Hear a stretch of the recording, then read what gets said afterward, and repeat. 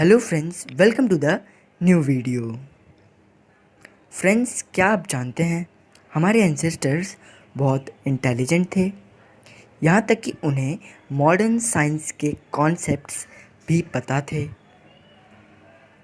उन्होंने ऐसे cultures and traditions को भी बनाया है जिनके पीछे साइंटिफिक, सोशल एंड रिलीजनल रीजंस भी हैं। मैं आज आपको ऐसे ही 5 कल्चर्स एंड ट्रेडिशंस और उनके पीछे के रीजंस के बारे में बताने वाला हूँ। प्लीज़ वीडियो को पूरा लास्ट तक ज़रूर देखिएगा, जिससे कि आपको ऐसे ही फैक्ट्स के बारे में पता चल सके।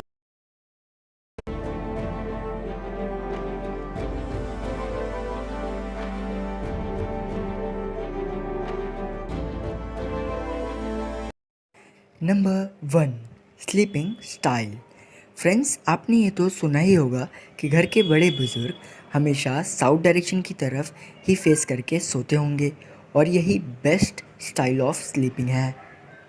फ्रेंड्स, इस चीज़ को भी साइंटिफिकली एक्सप्लेन किया जा सकता है। एक्चुअली में जब आप नॉर्थ डायरेक्शन में फेस करके सोते हो तो आपको हेडेक एंड स्ट्रेस प्रॉब्लम्स हो सकती हैं। इस चीज़ के पीछे भी रीज़न है, क्योंकि हमारे अर्थ की लोकेशन और हमारे देश की लोकेशन साथ ही साथ मैग्नेटिक फील्ड की वजह से हाई प्रेशर पड़ती है हमारे सिर पर। इसीलिए शायद ऐसा कहा जाता है कि हमें साउथ डायरेक्शन की तरफ ही फेस करके सोना चाहिए।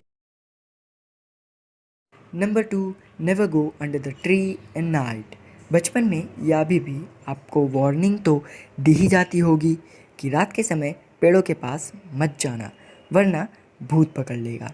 ये बात तो टोटली गलत है। बट फ्रेंड्स, इसे भी साइंटिफिकली एक्सप्लेन किया जा सकता है। इसके पीछे रीज़न ये है कि सनलाइट के प्रेजेंस में ट्रीज़ फोटोसिंथेसिस प्रोसेस परफॉर्म करते हैं और ऑक्सीजन रिलीज़ करते हैं। बट ये केस टोटली उल्टा हो जाता है रात में। रात में सनलाइट की अब्सेंस में फोटोसिंथेसिस प्रोसेस पॉसिबल नहीं होता है, इसलिए ट्रीज़ रात को कार्बन डाइऑक्साइड यानी कि CO2 रिलीज़ करते हैं। और अगर हम रात को ट्रीज़ के नीचे जाएंगे तब हमें सफोकेशन प्रॉब्लम एंड रेस्पिरेशनल प्रॉब्लम्स हो सकती। Number 3, respecting nature. आज एनवायरमेंटलिस्ट्स का मानना है कि हमें नेचर की रिस्पेक्ट करनी चाहिए। बट फ्रेंड्स, क्या आपको पता है कि हमारे देश में नेचर की रिस्पेक्ट बहुत एंशिएंट टाइम से ही होती आ रही है और हमारे देश में कई सारे पेड़ों की पूजा भी की जाती है। For example Neem, Tulsi and banyan tree. यही नहीं, कई रिवर्स की, माउंटेन्स को एंड एनिमल्स को भी बहुत ज़्यादा पवित्र माना जाता है। For example river Ganga, Himalayan mountain ranges and animals में काव को बहुत ज़्यादा पवित्र माना जाता है हमारे देश में। फ्रेंड्स, हमें भी एक नेचर लवर बनना होगा।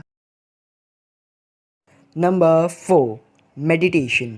अभी अगर आप एक साइकोलॉजिस्ट के पास जाते हैं तो वो आपको मेडिटेशन रिकमेंड करेंगे मोस्ट ऑफ द केसेस में। बट ये मेडिटेशन का कॉन्सेप्ट बहुत एंशिएंट टाइम से चलता आ रहा है। मेडिटेशन से हम पीस ऑफ माइंड भी अचीव कर सकते हैं।